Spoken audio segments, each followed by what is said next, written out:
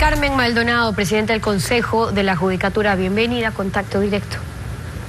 Muchísimas gracias, Steffi, y saludos a todos quienes nos escuchan. Buenos días también. Sobre temas de seguridad y a propósito de este problema de nunca acabar, delincuentes detenidos, luego valiéndose de la ley para poder salir o valiéndose de los jueces para salirse con la suya. Y sobre eso, ante la propuesta que han planteado también en Guayaquil para que haya una presión social contra los jueces, contra los fiscales, para señalar, para evidenciar a los jueces que dejan en libertad sin sustento a los delincuentes. ¿Qué posición tuvo la Judicatura sobre esto? Bueno, en primer lugar, indicarles a los ciudadanos que esa es una situación que sin duda nos preocupa y también que nosotros tenemos una competencia que es respecto a la parte administrativa y disciplinaria de los jueces. Y en ese ámbito, pues hemos hecho bastante. En ese ámbito, durante el año 2019, hemos destituido a 34 jueces por asuntos administrativos. Hemos destituido a 11 fiscales, a 5 defensores públicos y a 26 servidores administrativos. Hemos analizado el comportamiento administrativo disciplinario de más de 500 servidores, entre jueces, fiscales, defensores y servidores administrativos.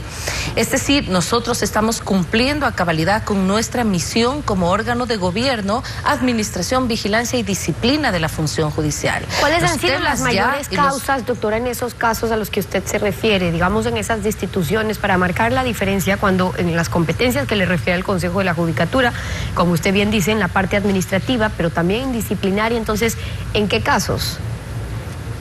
Claro, tenemos varios casos. Por ejemplo, nosotros en Guayaquil hemos destituido a una sala, a la sala penal, debido a que crearon una nueva figura a través de este habeas corpus preventivo, concediendo al peticionario, y esto fue apelado ante la Corte Nacional, y fue precisamente la Corte Nacional de Justicia la que determinó el error inexcusable, porque nosotros en este Consejo de la Judicatura no estamos procediendo con el error inexcusable porque somos el órgano administrativo. Esto tiene que calificarlo dentro del proceso un órgano jurisdiccional, y lo calificó la Corte Nacional, y como califica la Corte Nacional, nosotros inmediatamente procedimos con la destitución. Este también es, a los ciudadanos que nos escuchan, un caso muy importante de que los jueces tienen sus propias facultades correctivas, y los jueces también de instancias superiores pueden y deben corregir lo que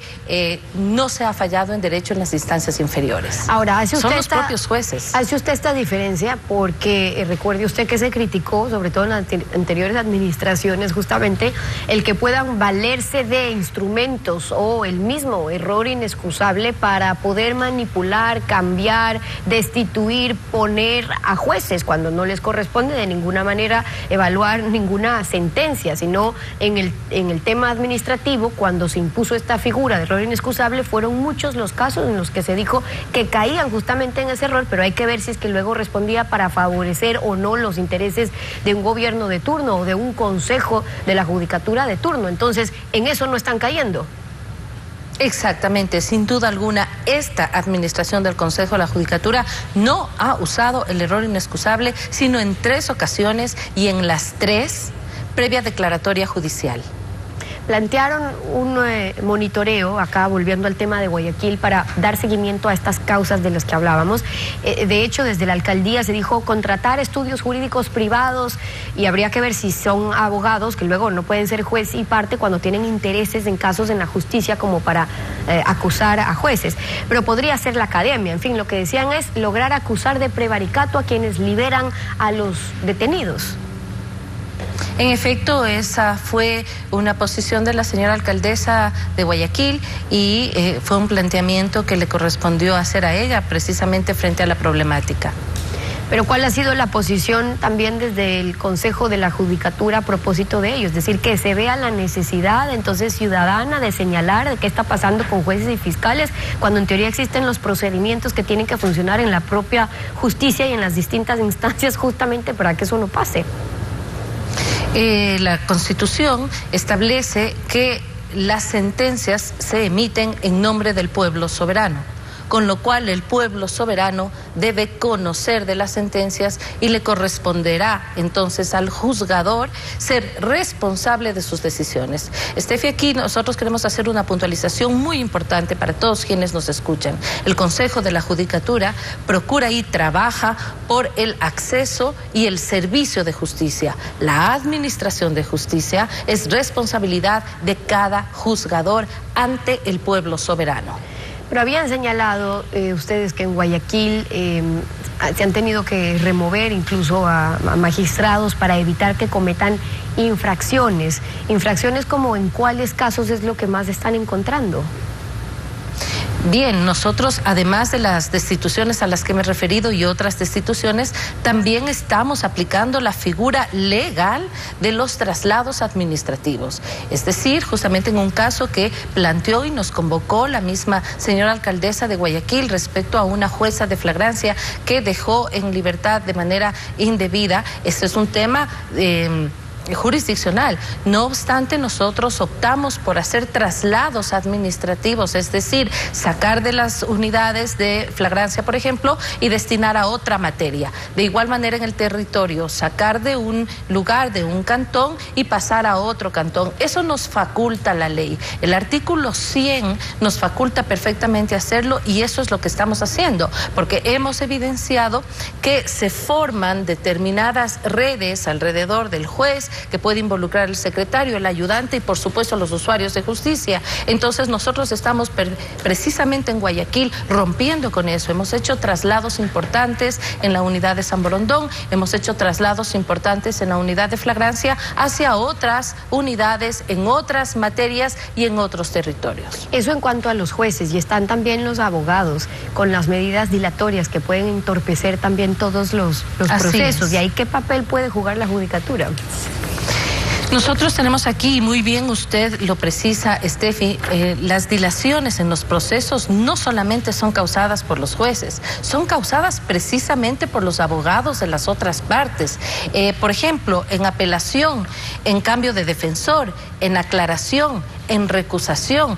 Nosotros tenemos aquí un cuadro que esas son las mayores razones de las dilaciones en los procesos, más no precisamente de los órganos jurisdiccionales. Aquí tenemos este cuadro donde nos da que el diferimiento de la audiencia es realmente muy poco considerable en los casos de dilación. Más tenemos estas otras actuaciones de la parte contraria que producen estas dilaciones. De ahí la importancia para que prosperen también las causas, para que no haya jueces que venden su alma al mejor pagador, más allá de la toga que han resuelto que ahora tienen que usar los jueces, que se imparta justicia, que sean independientes. Ahora, en cuanto a eso y los jueces, la presidenta de la Corte de Justicia ha planteado que los jueces nacionales no deberían ser evaluados por ser funcionarios que están ahí para un periodo fijo. ¿Qué dice la Judicatura sobre eso? Nosotros hemos mantenido una posición firme ante la Asamblea Nacional y ante la ciudadanía respecto a que la evaluación es un principio no solamente de la administración o de la función judicial, sino además de toda la administración pública. La evaluación debe permanecer. La evaluación es un mandato que nos entrega la Constitución de la República para todos los servidores de la función judicial, que además incluye a los jueces de la Corte Nacional. Por lo tanto, mal se podría pensar en una reforma legal cuando es la propia Constitución de la República la que faculta al Consejo de la Judicatura, en su artículo 181, a dirigir los procesos de selección, ascenso, evaluación y sanción de todos los servidores de la función judicial. Lo que sostenía la Corte es que los jueces y los conjueces de la Corte Nacional tienen este periodo establecido de 9 años y que el hecho de que no sean evaluados por el Consejo de la Judicatura no significa que no se puede revisar sus actuaciones en lo que respecta a expedientes administrativos o en su defecto que la Corte Constitucional puede revisar también la motivación de los fallos que emiten, es decir, las dudas que habría de que sea un consejo o un consejo de la Judicatura finalmente quien haga la evaluación, porque podría responder también a favoritismos. Sí, pero eso se dice ahora. No se dice hace muchos años, cuando el mismo órgano que designó a la Corte Nacional fue el que los evaluó. Eso se dice recién ahora. Recién hoy, que es otras personas que integramos ese órgano, es que se cuestiona el proceso de evaluación. Proceso de evaluación que no se cuestionó en el año 2014 para la primera renovación parcial, que fue en el 2015 y que fue precisamente a través de un proceso de evaluación. Nosotros pedimos a la ciudadanía y a la Asamblea Nacional que respalden el hecho de que el Consejo de la Judicatura pueda seguir evaluando. Y solamente por poner un ejemplo, nosotros tenemos el caso de un juez que estamos investigando que tenía acciones o actividades contrarias a las de un juez, pese a que el propio Código Orgánico de la Función Judicial establece el principio de dedicación exclusiva de todos los servidores de la función judicial, muchísimo más allá, tratándose de un juez de Corte Nacional. Eso podemos hacerlo gracias al proceso de evaluación que se realizó para esta renovación de la Corte Nacional que tuvo lugar en el año 2019, en esta gestión. Las observaciones de María del Carmen Maldonado, la presidenta del Consejo de la Judicatura, acompañándonos hoy en Contacto Directo. Muchas gracias por haber estado con nosotros.